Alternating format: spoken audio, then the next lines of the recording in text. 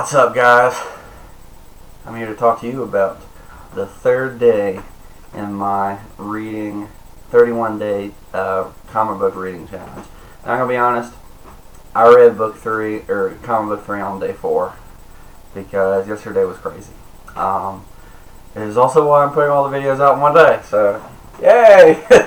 Starting the new year out great. But anyways, I was amazed at how good this book was. Well, I'll show it to you. It is Orion, number 18. You're like, that's kind of a random book to read. And you're right, it is. So, quick story. Me and Lewis were at a comic book store in Wake Forest because there's a guy selling a bunch of comic books. I guess you couldn't call it a comic book store, but guy with a whole bunch of comic books that are $1. So, I mean, it's whatever. And he's got a great deal. If you catch him in there and you buy a lot, you can get them for 50 cents. So, we were just looking through, and I saw this issue. So I got it for 50 cents. It's the Green Lantern of Apokolips meets Orion. I was like, I've never heard of a Green Lantern of Apokolips before. This came out 2001. So, almost 2 decades old.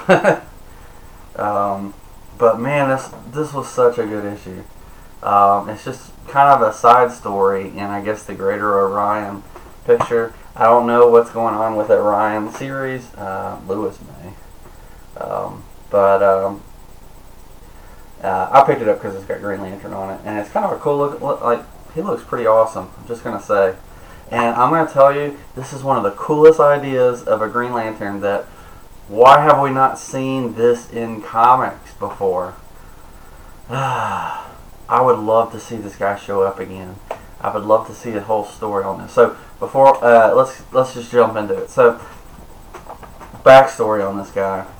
He lives on Apokolips, and he's trapped there because of a war between the Green Lanterns and Darkseid. And so, the Guardian, and they set this up in the issue. The Green Lantern Corps attacked, and Darkseid won, and so he had to have a treaty, or the Guardians of the Galaxy, Guardians of the Universe. The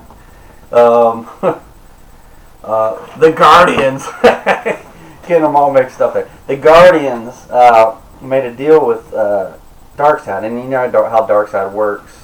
To kind of show his power, he wants people slaves, and so he forces one Green Lantern to be trapped on Apokolips for the rest of forever, and so that's the only deal he'll make for peace.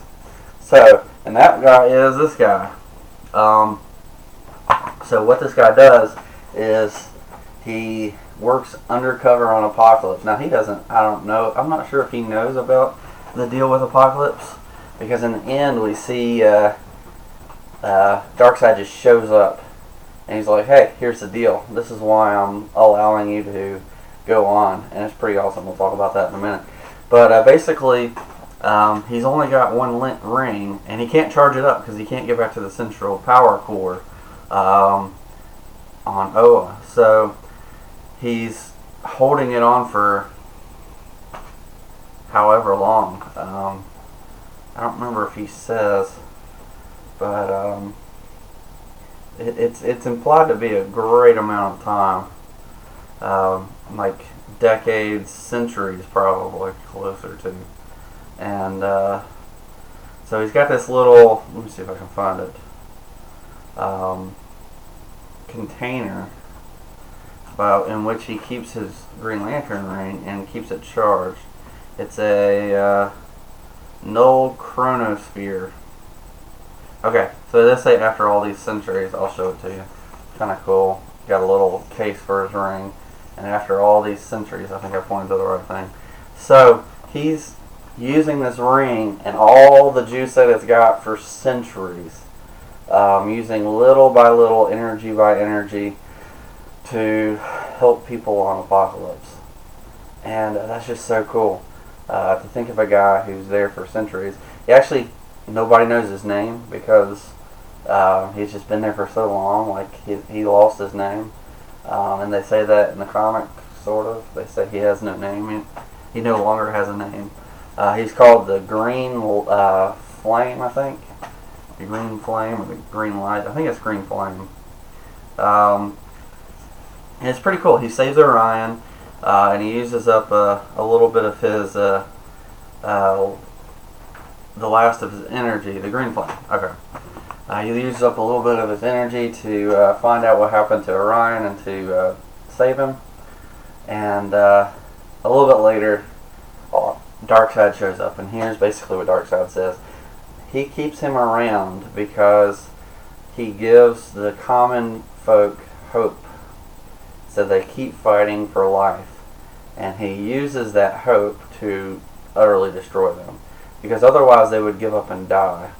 But since there's a Green Lantern there that little by little gives them hope, he's able to use that to his own advantage by being able to crush them even longer and use them longer. And I'm just like, wow, that is crazy. Crazy. What an idea.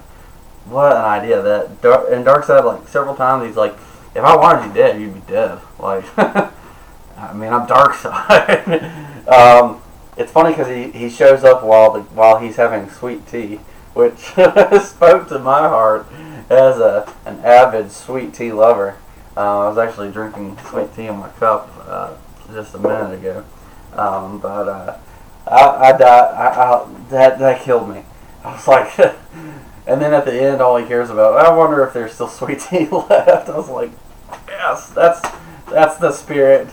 Even though he's found out that Darkseid keeps him on Apokolips or Apocalypto, whichever part it is, just to keep people hopeful. And I was like, man, it's so good, so good. So it's done by whoever, Walter Simmons. I don't know if that's Walter and Simmons or just Walter Simmons. Okay, Walter Simmons. It looks like he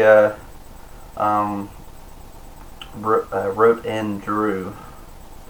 So pretty cool, pretty great issue. I'm just gonna say, really, really fun. Really enjoyed it. Obviously, there was a few times where the dialogue was interesting.